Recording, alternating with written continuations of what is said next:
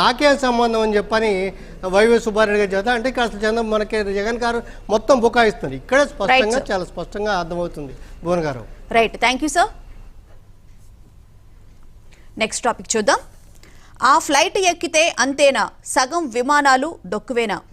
ఈ మధ్యకాలంలో అందరం విమాన ప్రయాణాలకే ఎక్కువ ఆసక్తి చూపిస్తున్నాం. కానీ ఆ విమానాలకు సంబంధించి సాంకేతిక లోపాలు చాలా ఉన్నాయి అని చెప్పి కూడా చాలా క్లియర్గా కూడా తెలుస్తుంది. డీజీసీఏ తనిఖీలు చేస్తూ ఉన్నప్పటికీ కూడా పదే పదే విమానాలకు సంబంధించి టెక్నికల్ ప్రాబ్లమ్స్ వస్తున్నాయి. అయితే ఎయిర్ ఇండియా, ముఖ్యంగా ఎయిర్ ఇండియా అండ్ ఇండిగో ఫ్లైట్స్కి సంబంధించి చాలా సాంకేతిక సమస్యలు వస్తున్నాయని చెప్పి కూడా మనకు తెలుస్తుంది. సో ఈ టాపిక్ మీద మరింత విశ్లేషణను మా ఢిల్లీ బ్యూరో చీఫ్ శిరీష్ లైవ్లో అందిస్తారు. శిరీష్, చెప్పండి, డీజీసీఏ కూడా పదే పదే తనిఖీలు చేస్తున్నప్పటికీ కూడా చాలా టెక్నికల్ ప్రాబ్లమ్స్ ఉంటున్నాయి. ముఖ్యంగా ఎయిర్ ఇండియా అలాగే ఇండిగో ఫ్లైట్స్ కి సంబంధించి 72% టెక్నికల్ ప్రాబ్లమ్స్ ఉంటున్నాయి. దీనివల్ల హైదరాబాద్ అలాగే విశాఖపట్నానికి సంబంధించిన ఫ్లైట్స్ లోనే ఎక్కువగా ఉన్నట్లుగా కూడా తెలుస్తోంది. ఏంటి అసలు ఏం చెప్పింది కేంద్ర మంత్రిత్వ శాఖ?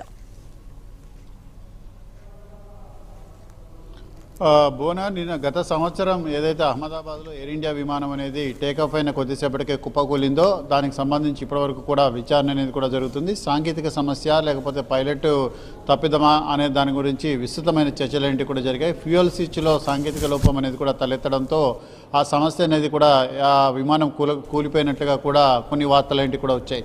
సో ఆ ఘటన తర్వాత కేంద్ర పౌర విమానయాన శాఖ తన రెగ్యులేటరీ బాడీ అయిన DGCA, director general of civil aviation ఆధ్వర్యంలో దేశవ్యాప్తంగా ఉన్న అన్ని ఎయిర్లైన్స్, అంటే దాదాపు మన దేశంలో 6 ఎయిర్లైన్స్ అనేటివి కూడా దేశీయ అంతర్జాతీయ విమానాలను కూడా నడుపుతున్నాయి.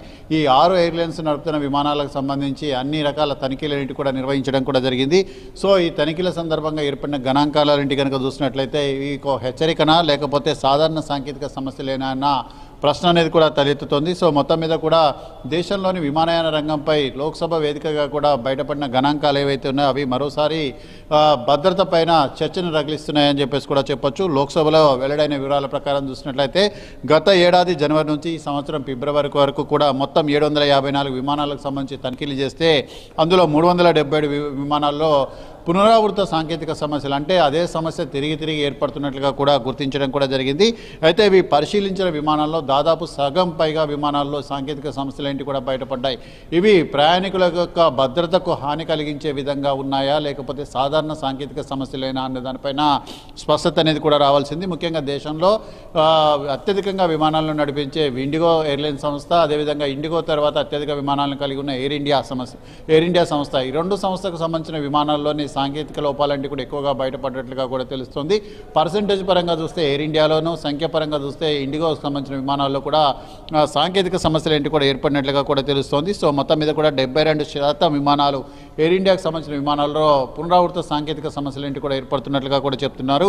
సో ఈ గణాంకాలని మనం ఎలా చూడాలి అనే దాని గురించి విశ్లేషణ కనుక చేసినట్లయితే ఒకవైపు విమానయాన రంగంలో మెయింటెనెన్స్ ప్రమాణాలపైన సందేహాలు కలిగించే అంశంగా కూడా చూడొచ్చు. ఎందుకంటే మెయింటెనెన్స్ అనేది మామూలుగా మనం ఏదైనా ఒక వెహికల్ కొంటే 2 వీలరో 4 వీలరో కొంటే దాన్ని సర్వీస్ అనేది కూడా తప్పనిసరిగా చేయించాల్సి ఉంటుంది.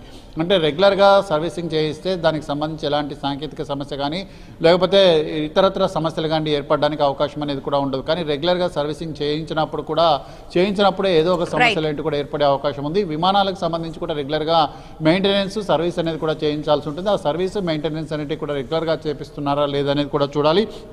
ఎందుకంటే మన దేశంలో విమానాల సంఖ్య, విమానయాన రంగం అనేది రోజుకు పెరుగుతుంది. ఆ మేరకు సర్వీసింగ్, మెయింటెనెన్స్ అనేది కూడా లేకపోవడంతో సమస్యలు కూడా ఏర్పడుతున్నాయి. ముఖ్యంగా టికెట్ ఫేర్ వసూలు చేయడంపై శ్రద్ధ పెడుతున్న సంస్థలు మెయింటెనెన్స్ విషయంలో కానీ ప్రయాణికుల యొక్క భద్రత విషయంలో కానీ చూపించడం లేదన్న యొక్క అనుమానాలు, అదేవిధంగా విమర్శలు అంటే కూడా తలెత్తుతున్న నేపథ్యంలో డీజీసీఏ, కేంద్ర పౌర విమానయాన శాఖ చర్యలకు రంగం సిద్ధం చేయడం జరిగింది.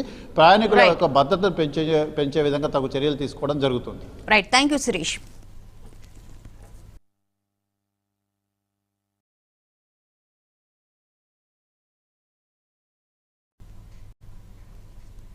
కాకి లెక్కలొద్దు, అసలు లెక్కలు ఏవి?